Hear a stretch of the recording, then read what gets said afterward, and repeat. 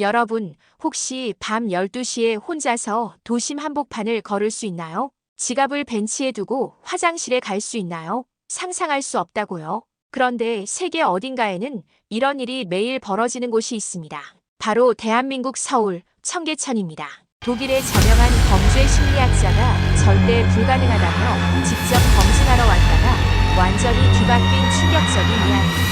해외 언론들이 연일 보도하고 전 세계 도시들이 벤치마킹하려고 줄 서는 한국의 기적. 새벽 2시 혼자 조깅하는 여성들, 노트북을 두고 자리를 뜨는 직장인들, 무인 판매대에서 스스로 돈을 넣고 가는 시민들, 외국인들이 믿을 수 없다며 경악하는 장면들이 청계천에서는 너무도 당연한 일상입니다. 우리가 지킨다는 한 대학생의 한마디가 전 세계를 감동시켰고 76세 할아버지의 매일 밤 자원봉사가 유엔에서 언급될 정도로 화제가 됐습니다. 과연 어떤 마법이 청계천에 숨어 있을까요? 한국인들조차 모르고 있던 우리만의 특별함은 무엇일까요? 지금부터 독일 학자의 눈으로 본 청계천의 기적, 그리고 전 세계로 퍼져나가는 K안전의 놀라운 이야기를 들려드리겠습니다. 혹시 여러분도 밤늦은 시간에 청계천을 걸어본 적이 있나요? 정말 안전하다고 느꼈다면 한국 최고를, 아직 불안하다고 생각한다면 한국 1등을 댓글로 달아주세요. 여러분의 생생한 경험을 들려주시면 정말 감사하겠습니다. 그리고 좋아요와 구독도 꼭 눌러주세요. 저는 처음에 그 영상을 봤을 때 믿을 수 없었습니다. 해외 언론들이 연이어 보도한 서울 청계천의 안전성에 관한 내용이었는데 정말 충격적이었거든요. 밤 11시에도 혼자 산책하는 시민들, 벤치에 소지품을 두고 화장실에 가는 사람들, 새벽까지도 끊이지 않는 인파의 모습들이 담겨 있었어요. 베를린 대학교 범죄심리학과 교수로서 20년간 도시 안전성을 연구해온 저에게는 도저히 믿기 어려운 광경이었습니다. 외국 유튜버들이 올린 한국인의 정직성 실험 영상들도 마찬가지였어요. 지하철에 꽃바구니를 두고 가면 90% 이상이 분실물 센터로 전달된다는 결과, 카페에서 노트북을 두고 가도 아무도 가져가지 않는다는 증언들 말이죠. 학회에서 동료들과 이런 사례들을 분석했어요. 인구 1,000만 명이 넘는 도시에서 이런 일이 가능할까? 저는 단호하게 고개를 저었습니다. 불가능해요. 분명히 선별적으로 편집된 거예요. 제 전문성에 대한 자신감이 있었거든요. 뉴욕, 런던, 파리의 범죄 패턴을 연구해 본 결과 대도시의 야간 범죄율은 절대 제로에 가까울 수 없다는 게 정설이었으니까요. 그런데 학회장에서 한 동료가 제안했어요. 카타리나 직접 가서 확인해 보는 게 어때? 학자라면 현장 검증이 필요하지 않을까? 그 순간 뜨끔했습니다. 현장 조사 없이 단정 짓는 건 학자답지 못한 태도라는 걸 알고 있었거든요. 집으로 돌아와 오빠 한스에게 이야기했습니다. 한스는 베를린 경찰서에서 20년간 근무한 형사였죠. 한국에 가서 직접 확인해 보려고 해. 그 말을 듣자마자 한스의 표정이 굳어졌어요. 카타리나, 정신 차려. 한국이 얼마나 위험한 곳인지 벌써 잊었어. 그 순간 가슴이 철렁했습니다. 10대 초반 교환학생 시절의 기억이 되살아났거든요. 서울 지하철에서 지갑을 잃어버렸을 때 아무도 도와주지 않았던 그 절망감이 생생했어요. 경찰서에 신고했지만 찾기 어려울 것 같다는 냉담한 반응만 돌아왔던 기억 말이에요. 그 나라 사람들은 남의 일에 무관심해. 내가 공경에 빠져도 모른 척할 거야. 한스의 목소리에는 걱정과 분노가 섞여 있었습니다. 하지만 저는 이미 마음을 정했어요. 학자로서의 자존심이 걸린 문제였거든요. 오빠, 이번엔 달라.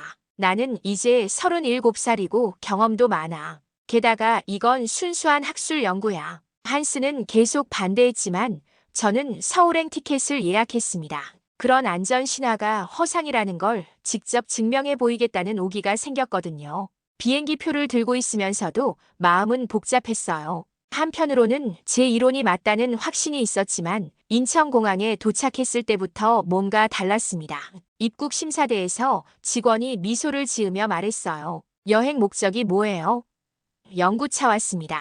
아, 그럼 청계천 꼭 가보세요. 밤에 가야 진짜 아름다워요. 순간 어리둥절했죠. 공항 직원이 외국인에게 밤늦은 시간 관광을 권한다고요? 택시를 탔는데 기사님도 마찬가지였어요.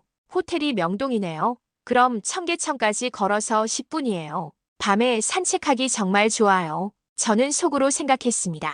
이 사람들 정말 무책임하네. 외국인 여성에게 야간 외출을 권하다니. 호텔에 체크인하면서 프런트 직원에게도 같은 얘기를 들었어요. 청계천이 바로 근처에 있어요. 새벽에도 사람들이 많아서 안전하답니다. 세 번째 추천을 받으니 이상했습니다. 마치 약속이나 한 것처럼 모두가 같은 말을 하는 거예요. 호텔 방에서 짐을 정리하다가 지갑을 확인했어요. 여행용 지갑에 현금과 카드를 넣어뒀는데 혹시 모를 상황에 대비해서 목에 걸 수 있는 안전 지갑도 따로 준비했었거든요. 20년 전 그 트라우마 때문에 해외여행 때마다 이런 준비를 했습니다. 저녁을 먹으러 나갔는데 호텔에서 나오자마자 실수했어요. 지갑이 바닥에 떨어진 거였습니다. 순간 온몸이 얼어붙었어요. 또다시 그 악몽이 시작되는 건 아닐까 하는 공포가 밀려왔거든요. 20년 전 기억이 생생하게 되살아났습니다. 그때도 이렇게 지갑을 잃어버렸는데 아무도 도와주지 않았던 기억이요. 역시 그렇지. 한국은 변하지 않았어. 체념하며 뒤를 돌아보니 한 젊은 남성이 전력 질주로 달려오고 있었어요. 지갑 떨어뜨리셨어요. 숨을 헐떡이며 지갑을 내밀었습니다. 저는 순간 말문이 막혔어요. 감사합니다. 겨우 말을 했는데 그 청년이 웃으며 대답했어요. 당연한 거죠. 조심하세요. 그리고는 자기 갈 길을 가버렸습니다. 아무것도 바라지 않고 감사 인사도 거절하면서 말이에요. 저는 그 자리에 한동안 서 있었습니다. 지갑을 꼭 쥐고 있으면서도 믿어지지 않았어요. 분명히 이건 우연일 거라고 생각했죠. 아마 CCTV가 많아서 그런 거야. 아니면 저 사람이 특별히 착한 사람이거나. 하지만 마음 한구석에서는 묘한 균열이 시작됐습니다. 20년간 간직해온 한국에 대한 기억과 방금 경험한 현실 사이의 괴리감이었어요. 혹시 제가 잘못 기억하고 있는 건 아닐까? 아니면 한국이 정말 변한 걸까? 그날 밤 호텔 방에서 일기를 썼어요. 첫날부터 예상과 다른 일이 벌어졌다. 하지만 이건 단순한 우연일 가능성이 높다. 진짜 검증은 내일부터 시작이다. 하지만 잠들기 전까지 그 청년의 진심 어린 미소가 계속 머릿속에 맴돌았습니다. 다음날 청계천으로 향하면서 저는 스스로에게 다짐했어요. 감정에 휘둘리지 말자. 객관적으로 관찰하고 분석하자. 하지만 어째서인지 발걸음이 가벼워진 것 같았습니다. 어쩌면 이 연구가 생각보다 흥미로울 수도 있겠다는 생각이 들었거든요. 밤 11시에 처음 청계천에 발을 들여놓았을 때 저는 충격을 받았습니다. 제가 예상했던 을씨년스러운 밤거리가 아니었거든요. 오히려 낮보다 더 활기차 보였어요. 유모차를 끄는 젊은 부부가 여유롭게 산책하고 벤치에서 책을 읽는 중년 남성, 친구들과 수다를 떨며 치킨을 먹는 대학생들까지 마치 밤이 아니라 저녁 무렵 공원 같은 분위기였습니다. 가장 놀라웠던 건 한 직장인이 노트북을 벤치에 그대로 두고 화장실에 간 모습이었어요. 저는 몰래 시계를 봤습니다. 5분, 10분이 지나도 아무도 그 노트북을 건드리지 않았어요. 오히려 지나가던 할머니가 바람에 날아갈까봐 돌멩이로 눌러주고 가시더라고요. 새벽 2시가 되어서도 사람들은 계속 지나다녔어요. 혼자 조깅하는 여성들도 여러 명 봤습니다. 독일에서라면 상상도 할 수 없는 일이었죠. 저는 그중 한 분에게 용기를 내서 말을 걸어봤어요. 혹시 무섭지 않으세요? 이렇게 늦은 시간에 혼자. 그 여성분이 의아한 표정을 지으며 대답했어요. 무서워요. 왜요? 여기가 집 앞 골목보다 더 안전한데요. 사람들이 항상 있고 서로가 서로를 지켜주거든요. 서로가 서로를 지켜준다. 이 말이 계속 머릿속에 맴돌았습니다. 범죄학에서 말하는 자연적 감시 개념과는 차원이 달랐어요. 단순히 사람이 많아서가 아니라 진짜로 서로를 배려하고 있다는 느낌이었거든요. 새벽 5시가 되자 더욱 신기한 장면을 목격했습니다.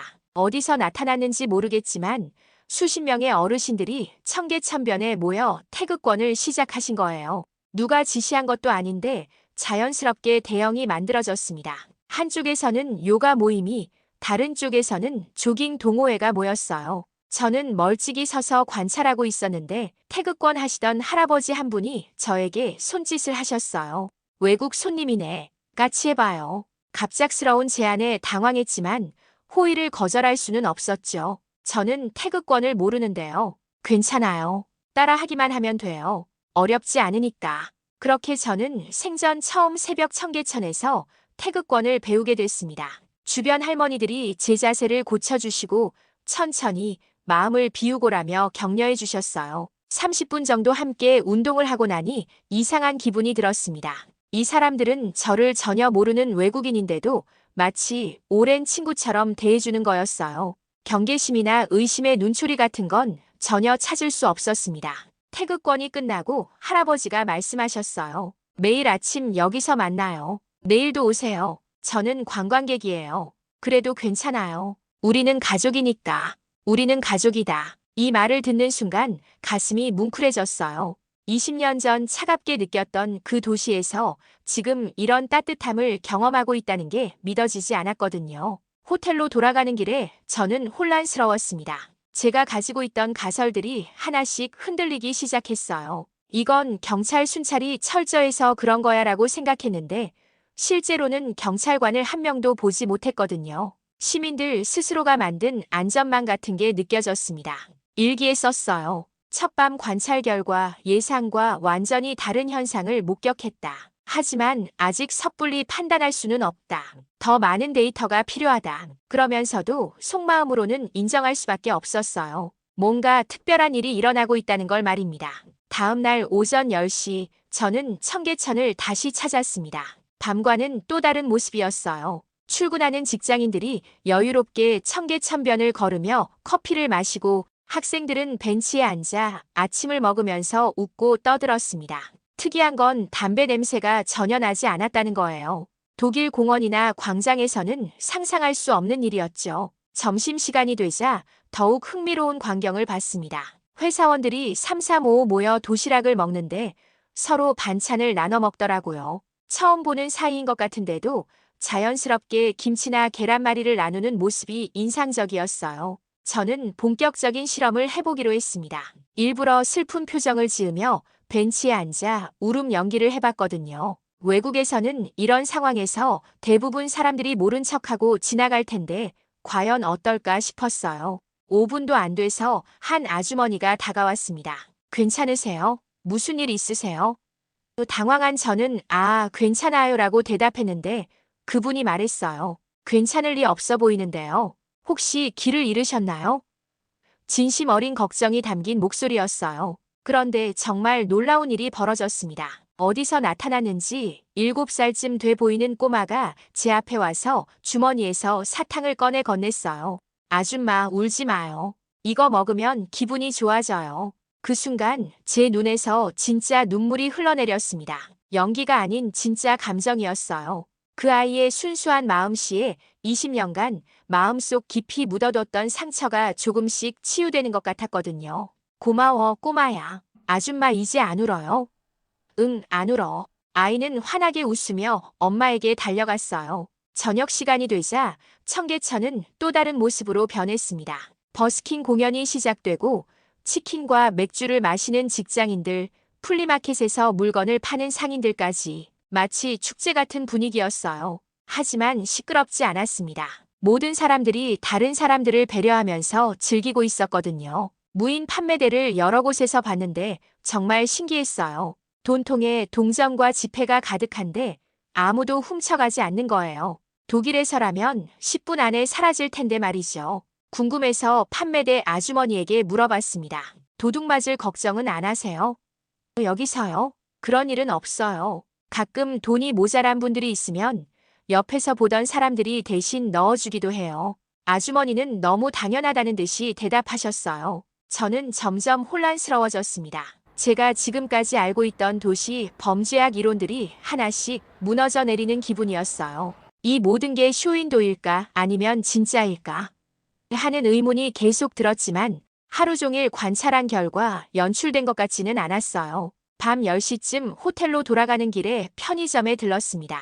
카운터에서 일하는 대학생으로 보이는 여자아이가 있었는데 그 아이에게 물어봤어요. 이 동네는 정말 안전한가요? 네, 완전 안전해요. 저도 새벽 2시까지 알바하는데 무섭다고 생각해 본 적이 없어요. 청계천은 우리가 지키거든요. 우리가 지킨다는 말을 또 들었습니다. 어제 조깅하던 여성분도 오늘 편의점 알바생도 같은 표현을 썼어요. 그날 밤 일기에 썼습니다. 이틀째 관찰 결과 내 예상을 완전히 뒤엎는 현상들이 계속 발생하고 있다. 특히 아이의 사탕 사건은 예상치 못한 감정적 충격을 줬다. 객관성을 유지해야 하지만 뭔가 근본적으로 다른 시스템이 작동하고 있다는 느낌이 든다. 셋째 날, 저는 종로경찰서를 찾아갔습니다. 정태준 서장과의 인터뷰 약속이 있었거든요. 경찰서에 들어서면서부터 뭔가 달랐어요. 독일 경찰서의 엄숙하고 긴장된 분위기와는 정반대였습니다. 시민들이 편안하게 드나들고 경찰관들도 친근한 모습이었어요. 정 서장님은 50대 초반의 온화한 인상이었습니다. 독일에서 오셨다고 들었어요. 청계천 안전성을 연구하신다면서요. 네, 솔직히 말씀드리면 의심스러운 부분이 많았습니다. 서장님이 웃으며 대답했어요. 당연하죠. 저라도 그랬을 겁니다. 서장님이 준비한 자료들을 보여주었습니다. 청계천 일대 범죄율부터 볼까요? 소매치기는 작년 한 해 동안 단 한 건도 없었어요. 절도 신고도 3건인데 모두 다음날 분실물센터에서 찾아갔죠. 저는 눈을 의심했습니다. 그런 통계가 가능한 걸까요? 하지만 미신고 범죄가 있을 수도 있지 않나요? 제가 질문하자 서장님이 고개를 끄덕였어요. 좋은 지적이에요. 그래서 우리는 다른 방식으로도 확인해봤습니다. CCTV 분석, 시민 설문조사, 심지어 병원 응급실 통계까지요. 결과는 같았어요. 가장 놀라웠던 건 작년에 일어난 사건이었습니다. 미수 범죄자가 한 명 있었어요. 새벽 1시쯤 취한 여성의 가방을 노렸는데 10초 만에 시민 7명이 달려들었어요. 그런데 그 시민들이 한 일이 뭔지 아세요? 제압했나요? 아니에요. 김밥을 사줬어요. 저는 잠시 말문이 막혔습니다. 김밥을요? 네, 그리고 일자리까지 소개해줬어요. 그 사람이 술에 취해서 잘못된 행동을 하려 했던 이유가 실업 때문이었거든요. 지금은 청계천 인근 식당에서 성실히 일하고 있어요. 서장님이 계속 설명했습니다. 저희는 이걸 예방적 공동체 치안이라고 불러요. 범인을 잡아서 처벌하는 게 아니라 범죄 동기 자체를 없애는 거죠. 시민들이 스스로 그런 시스템을 만들어냈어요. 그럼 경찰의 역할은 뭔가요? 관리자예요. 우리는 500대의 CCTV를 운영하지만 실제로는 500만 개의 시민 눈이 더 효과적이에요. 시민들이 서로를 지켜주는 시스템이 완성되어 있거든요. 자율방범대에 대한 설명도 들었어요. 최병우 할아버지 아세요? 76세인데 매일 청계천을 지키고 계세요. 전직 군인이시라 보초 서는 걸 좋아하셔요. 그분처럼 자원봉사하시는 분들이 200명 넘어요. 저는 의심을 거둘 수 없었습니다. 하지만 이런 시스템이 어떻게 가능한 거죠? 이론적으로 봤을 때 대도시에서는 서장님이 제 말을 끊었어요. 이론과 현실은 다르죠. 한국 전쟁을 겪으면서 서로 돕지 않으면 살 수 없다는 걸 배웠어요. 그게 DNA가 된 거죠. 통계 자료를 더 보여주었는데 정말 놀라웠어요. 청계천 인근 지역의 신고 접수 중 90%가 물건 주인을 찾아달라는 내용이었어요. 도난 신고가 아니라 습득물 신고였던 겁니다. 게다가 외국인 관광객들이 늘면서 오히려 더 안전해졌어요. 시민들이 우리나라 이미지를 생각해서 더욱 친절하게 굴어요. 서장님의 설명에 저는 할 말을 잃었습니다. 인터뷰를 마치고 나오면서 저는 완전히 혼란스러웠어요. 제가 지금까지 믿어왔던 범죄학 이론들이 모두 틀렸다는 뜻일까요? 법과 통제만이 질서를 만든다고 생각했는데 여기서는 신뢰와 배려가 더 강력한 힘을 발휘하고 있었어요. 그날 밤 호텔에서 논문을 다시 읽어봤습니다. 제가 쓴 도시 범죄 예방론이었는데 지금 경험하고 있는 현실과는 너무 달랐어요. 혹시 제가 틀렸던 걸까요? 아니면 한국이 정말 특별한 케이스인 걸까요? 일기에 썼습니다. 경찰서장과의 인터뷰를 통해 충격적인 데이터들을 확인했다. 내가 알고 있던 범죄학 이론으로는 설명할 수 없는 현상들이다. 특히 500만 개의 시민의 눈이라는 표현이 인상적이었다. 이제 더 이상 우연이라고 할 수는 없을 것 같다. 넷째 날, 저는 본격적인 극한 실험을 해보기로 했습니다. 스위스 출신 다큐 촬영 감독 소피아와 함께 말이에요. 소피아는 제가 베를린에서 알게 된 동료로 멕시코에서 무장 강도를 당한 경험이 있어서 도시 안전성에 관심이 많았거든요. 카타리나, 정말로 이런 실험을 해도 될까요?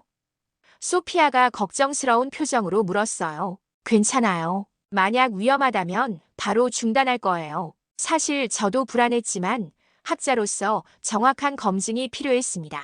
첫 번째 실험은 취객 연기였어요. 저는 일부러 비틀거리며 벤치에 쓰러졌습니다. 시계로 시간을 재기 시작했죠. 과연 몇 명이나 도와줄까 아니면 모른 척 지나갈까 궁금했어요. 10초. 한 대학생이 달려와서 괜찮으세요?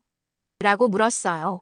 20초 후에는 편의점에서 물을 사온 아주머니가, 30초 후에는 1199에 신고하려는 할아버지까지. 1분도 안 돼서 5명이 모여들었습니다. 병원에 가셔야겠어요. 집이 어디세요? 누구 연락할 사람 있어요? 모든 질문이 진심에서 우러나온 걱정이었어요. 저는 황급히 괜찮다, 실험이었다고 말할 수밖에 없었습니다. 두 번째는 기절 연기였어요. 이번에는 소피아가 길바닥에 쓰러졌죠. 결과는 더욱 놀라웠습니다. 3초 만에 첫 번째 사람이 달려와서 맥박을 확인했어요. 5초 후에는 119에 신고, 10초 후에는 담요를 가져온 상인까지. 정말 전문적인 응급처치가 이루어졌습니다. 이분 의사세요? 소피아가 일어나서 물어보니 그분이 대답했어요. 아니에요. 평범한 회사원이에요. 그냥 응급처치는 알아야 한다고 생각해서 배워뒀어요. 일반 시민이 이 정도 대응을 한다는 게 믿어지지 않았어요. 가장 충격적이었던 건 절도 연출이었습니다. 소피아의 남자친구 라파엘이 한국에 와 있었는데 그가 연기를 맡았어요. 일부러 제 가방을 낚아채고 도망가는 연기를 한 거죠. 그 순간 일어난 일은 정말 영화 같았어요. 도둑이야. 누군가 소리치자 청계천 전체가 술렁거렸어요. 10명 넘는 시민들이 일제히 라파엘을 쫓기 시작했습니다. 조깅하던 아저씨, 데이트하던 커플, 심지어 지팡이를 짚던 할머니까지. 라파엘은 연기라는 걸 까먹고 진짜로 무서워했어요. 미안해요. 연기예요. 소리쳤지만 아무도 들어주지 않았죠. 결국 30초 만에 잡혔는데 그때 시민들의 반응이 더 놀라웠어요. 왜 이런 짓을 했어요? 무슨 일이 있나요? 화를 내기보다는 먼저 이유를 물어보는 거였어요. 라파엘이 실험이었다고 설명하자 분위기가 완전히 바뀌었습니다. 아, 그러셨구나. 놀랐잖아요. 다음번엔 미리 말씀해 주세요. 오히려 웃으면서 이해해 주더라고요. 어떤 아주머니는 실험이라도 위험하니까 조심하세요라며 걱정까지 해주셨어요. 저는 완전히 충격받았습니다.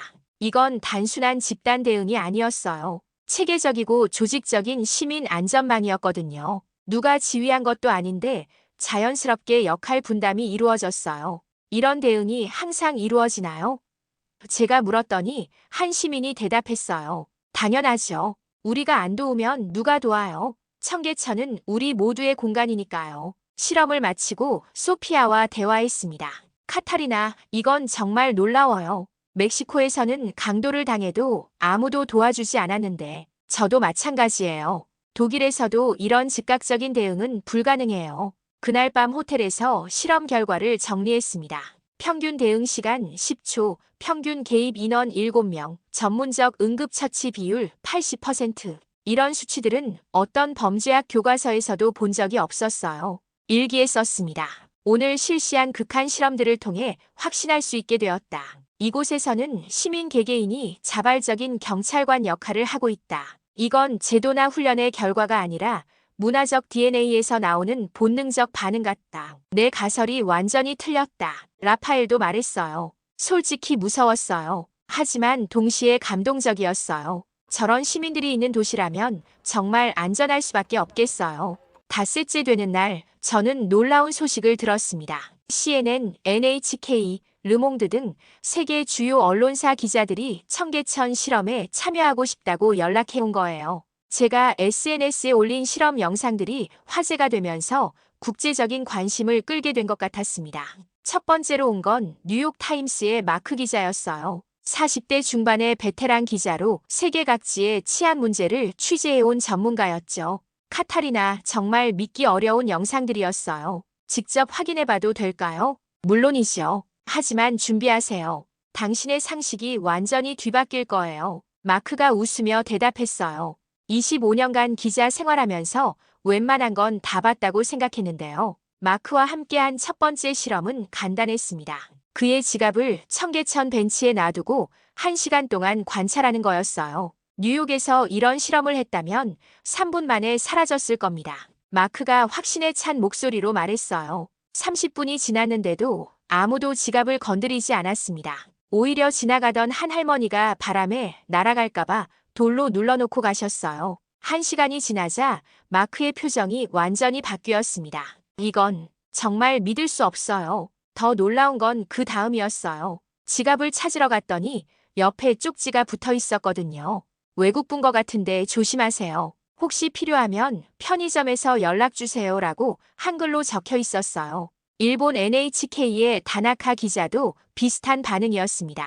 도쿄에서도 이런 일은 불가능해요. 특히 외국인 물건에 대해서는 더욱 그렇죠. 그런데 청계천에서는 오히려 외국인이라는 걸 알고 더 신경 써주는 것 같았어요. 프랑스 르몽드의 마리 기자는 사진작가이기도 했는데 24시간 타임랩스 촬영을 제안했어요. 하루 종일 사람들의 행동을 관찰해보고 싶어요. 그 결과는 정말 놀라웠습니다.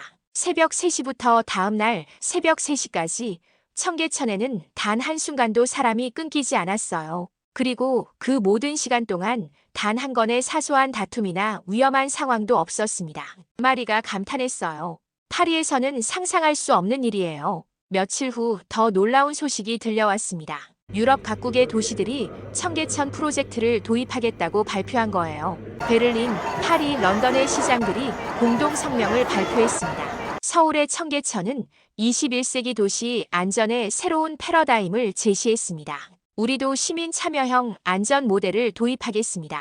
유엔 사무총장까지 언급했어요. 청계천은 인류가 추구해야 할 공존 모델입니다. 가장 감동적이었던 건 LA에서 온 소식이었어요. 스키드로우라는 빈민가에서 한인타운 주민들이 청계천 방식을 시도해봤다는 거였어요. 매일 밤 자원봉사자들이 거리를 순찰하면서 노숙자들을 돌보고 위험한 상황을 예방하기 시작했다고 했습니다. 놀랍게도 3주 만에 범죄율이 60% 감소했어요. 더 중요한 건 노숙자 중 30명이 일자리를 찾았다는 소식이었습니다. 청계천에서 본 범인을 김밥으로 교화한 사례와 똑같은 일이 LA에서도 일어난 거였어요.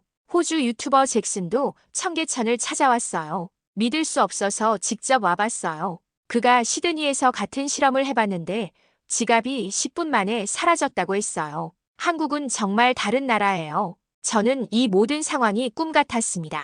불신으로 시작한 연구가 전 세계적인 사회 변화의 계기가 되고 있다니요. 각국 언론들이 연일 보도했고 소셜미디어에서는 해시태그 청계천 챌린지가 유행하기 시작했어요. 독일 베를린의 한스 오빠에게서 연락이 왔습니다. 카타리나 뉴스 봤어. 정말 놀랐다. 내가 틀렸나 보네. 오빠의 목소리에는 미안함과 감탄이 섞여 있었어요. 오빠, 저도 처음엔 믿을 수 없었어요. 하지만 이게 현실이에요. 한국이 정말 변했어요. 아니, 어쩌면 20년 전에도 이랬는데 제가 몰랐던 걸 수도 있어요. 그날 밤 일기에 썼습니다. 세계 각국의 검증을 통해 청계천의 기적이 확인됐다. 이제 더 이상 한국만의 특수한 현상이 아니다. 인류가 함께 배우고 실천할 수 있는 모델이 되었다. 20년 전 상처받았던 그 장소에서 이런 감동을 경험하게 될 줄은 몰랐다. CNN의 마크 기자가 마지막으로 한 말이 인상적이었어요. 카타리나, 당신이 시작한 이 연구가 세상을 바꾸고 있어요. 불신에서 시작된 연구가 신뢰를 퍼뜨리고 있으니까요. 6개월 후 저는 다시 청계천을 찾았습니다. 이번에는 의심이나 검증이 아닌 그리운 친구들을 만나러 온 것 같은 기분이었어요. 베를린에서 슈프레강 프로젝트가 시작되면서 한국의 경험을 더 자세히 연구할 필요가 생겼거든요. 첫 번째로 만난 건 편의점에서 일하던 김서영 씨였어요. 이제 대학교 3학년이 된 서영이는 여전히 밤늦은 시간까지 알바를 하고 있었습니다. 카타리나 교수님, 정말 오셨네요. 서영아, 그때 우리가 지킨다고 했던 말 기억나? 물론이죠. 그 말이 전 세계로 퍼졌다면서요. 신기해요. 서영이의 순수한 미소는 여전했어요. 그 평범한 대학생의 한마디가 얼마나 많은 사람들에게 감동을 줬는지 본인은 아직도 실감하지 못하는 것 같았습니다. 서영아, 내가 한 말이 베를린에서도 인용되고 있어. 우리가 지킨다는 독일어로 번역돼서 포스터로도 만들어졌어. 정말요? 우와, 독일 사람들도 우리처럼 할 수 있을까요? 지금 시도하고 있어. 너희들이 보여준 것처럼 말이야. 다음으로 만난 건 최병우 할아버지였습니다. 76세의 할아버지는 여전히 매일 청계천을 지키고 계셨어요. 카타리나 박사님, 잘 지내셨어요? 독일 뉴스에서 봤어요. 할아버지 건강하시죠? 매일 나오시는 게 힘들지 않으세요? 모료, 이게 제일인걸요. 전쟁 때 받은 은혜를 이제야 갚는 거예요. 할아버지의 말씀에 가슴이 뭉클해졌습니다. 할아버지, 무슨 은혜를 말씀하시는 거예요? 1951년 피난길에서요. 제가 12살 때 가족들과 헤어져서 혼자 서울까지 왔는데 청계천 근처에서 쓰러졌어요. 그때 모르는 아주머니가 저를 업고 가서 죽이랑 따뜻한 물을 주셨거든요. 할아버지의 목소리에 감정이 실렸어요. 그 아주머니 덕분에 살 수 있었어요. 그때부터 생각했어요. 언젠가 나도 누군가를 도와줘야 한다고. 이제 그 약속을 지키는 거예요. 저는 눈물이 나올 뻔했습니다.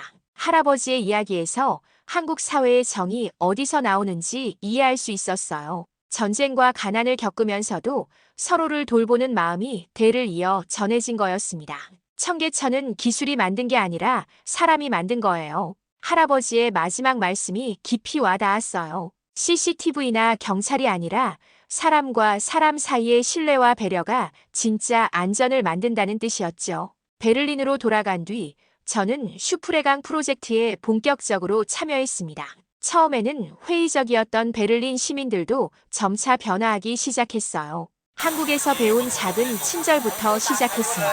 시민 자율 순찰대가 만들어졌고 무인 판매대도 몇 곳에 설치됐어요. 놀랍게도 도난 사고는 한 건도 없었습니다. 오히려 우리도 청계천처럼 될 수 있다는 자부심이 생겼다고 시민들이 말하더라고요. 독일 언론들이 3개월 후 결과를 보도했어요. 슈프레강 일대 범죄율 40% 감소, 시민 참여형 안전 모델의 성공 같은 헤드라인들이 연일 나왔습니다.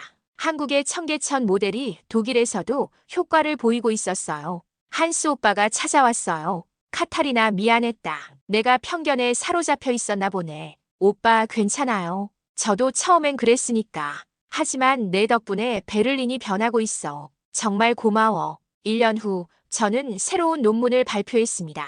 신뢰 공동체 청계천 모델의 세계적 확산이라는 제목이었어요. 이 논문은 전 세계 범죄학계에 큰 파장을 일으켰습니다. 무엇보다 의미 있는 건 실천하는 도시들이 늘어나고 있다는 거였어요. 파리의 센강, 런던의 템스강, 도쿄의 스미다강까지 각 도시의 강변이 시민들의 자발적 참여로 안전해지고 있었습니다. 지금도 가끔 청계천 영상을 봅니다. 그때 만났던 사람들, 받았던 감동들이 생생해요. 20년 전 상처받았던 그 도시에서 인생의 전환점을 맞게 될 줄은 몰랐어요. 최병우 할아버지가 해주신 말씀을 자주 떠올립니다.